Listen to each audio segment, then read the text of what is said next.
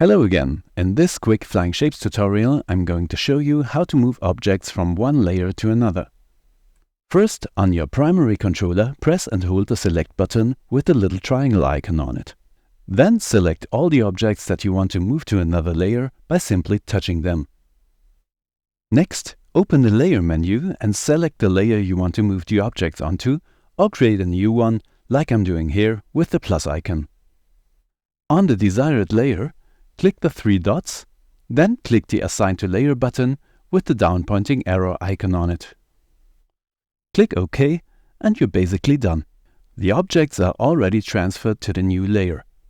If you had the mirror activated on the old layer, you can reactivate it by simply clicking the mirror icon on the new layer. If you had C3D activated on your old layer, you can reactivate it on the new layer by clicking the switch in the top right corner.